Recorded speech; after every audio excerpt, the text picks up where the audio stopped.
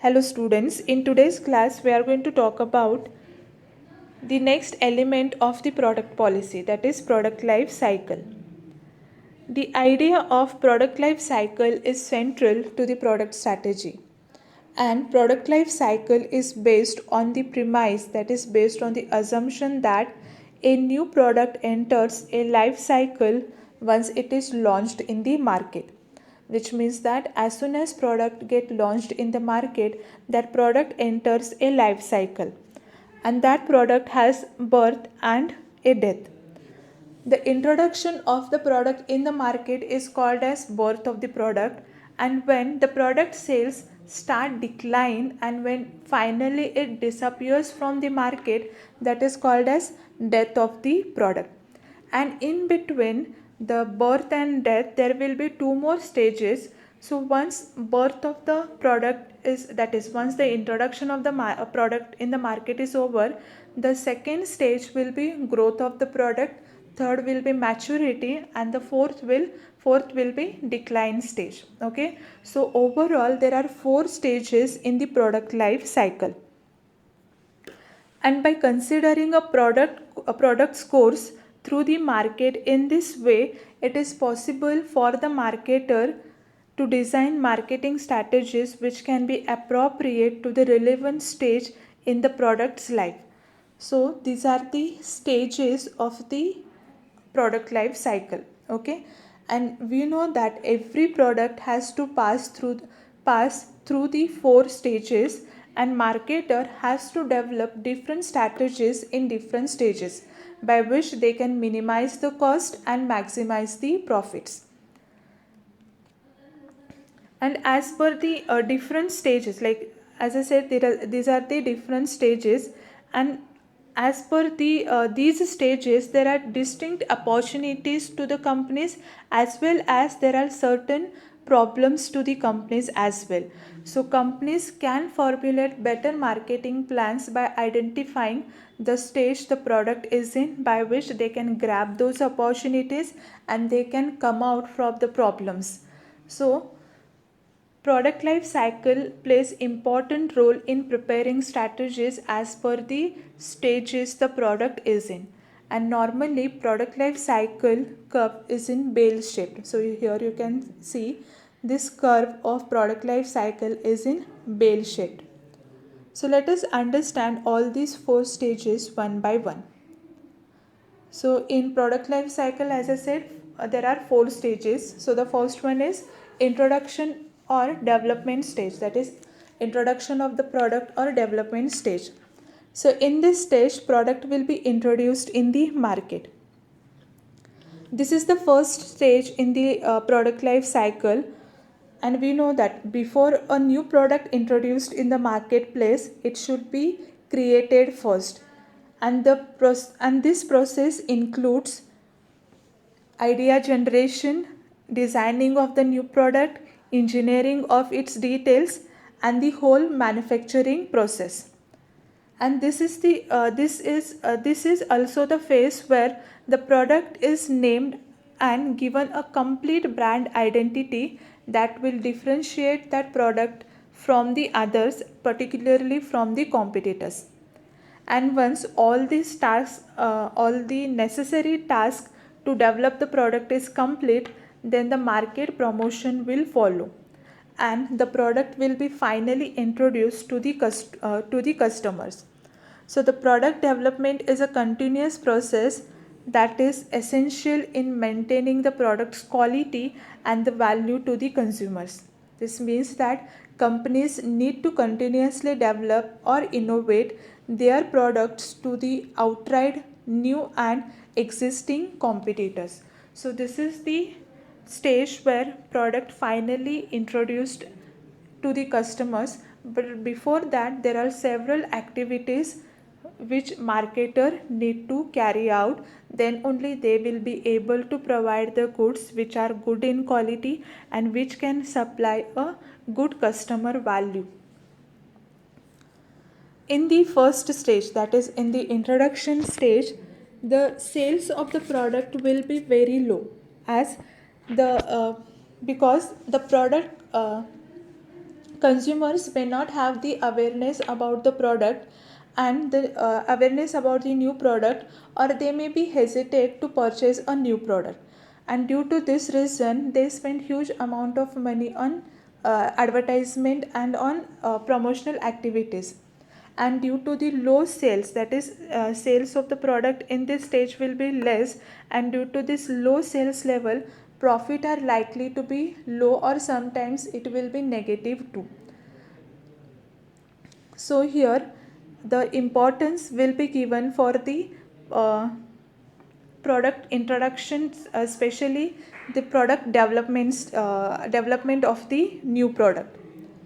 The second stage is product growth stage. Here the rate of increase in the turnover is high. That is, the sales turnover will be high in the growth stage. This is period where rapid sales and revenue growth is realized. However, growth can only be achieved when more and more consumers will recognize the value and benefits of a certain products. In most cases, growth takes several years to happen, and in some instances, the product just eventually died without achieving any rise in demand at all. Hence, it is important that while the product is still in the development and introduction stage, a sound marketing plan should be put in place, and the market should be placed, and a market and the primary demand should be established. Then only they will be able to see the then only that product will be able to reach the growth stage. Or else, if there will be no sound marketing strategies, then product will not reach to the growth stage. Because once the product is accepted and adopted by the customers, the sales pickups, and in this stage increase in sales is followed by profits. So the growth stage has the three important features. First one is fast increasing sales. Second one, reduction in the cost of the production and marketing activities, as they have already spent huge amount of money in the first stage itself during the introduction and development. So in this stage there will be reduction in the cost and cost of production and marketing activities, and this is followed by what? High profits. Due to reduction in the cost, the profit of the company will be high in the growth stage. So there will be question in the exam, like when the product enjoy the high profit. So the answer will be second stage. So during the second stage, the profit for the product will be very high. And the third one is maturity and saturation stage, where here the sales increases but at decreasing level. In the maturity stage, the product reaches its full market potential and business becomes more profitable. And during the early part of this stage, one of the most likely market scenarios that every business should prepare for a fierce competition. As business move on to snatch competitors' customers, marketing pressures will become relatively high, and this will be characterized by the extensive promotions and competitive advertising, which are aimed at persuading customers to switch and encouraging distributors to continue sell the product. So in this stage there will be a huge cutthroat competition, and to face the competition, marketers spend huge amount of money on the advertising strategy by which they can switch the customer, and they will make sure that customer will continue to purchase the same goods. In the middle and the last phase of the maturity stage, the rate of growth will start to slow down, and new competitors will attempt to take control of the market.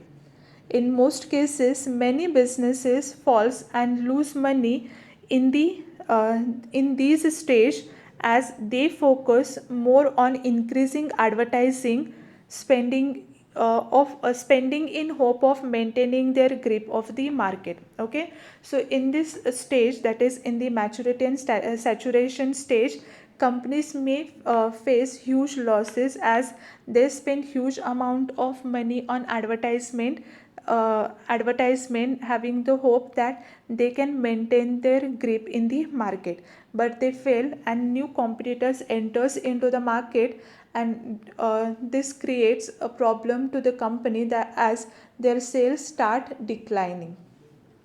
And the fourth one is product decline stage. Here the sales of the product start decline. The decline stage is the final course of the product life cycle. This unwanted phase will take place if companies have failed to revitalize and extend the life cycle of their products during the maturity stages early part. So once already in this phase, it is very likely that the product may never again recover or experience any growth, which means that once the product reach in the decline stage, it is very difficult that they can come out from that stage, and they may never again recover or experience any growth, and eventually dying down and may be forgotten. So once the product reach in the decline stage, it is very less cases that they can like there will be a regrowth or there will be increase in the sales. Here the product start disappears from the market, and this is called as the death of the product. Okay, so these are the 4 stages of the product life cycle.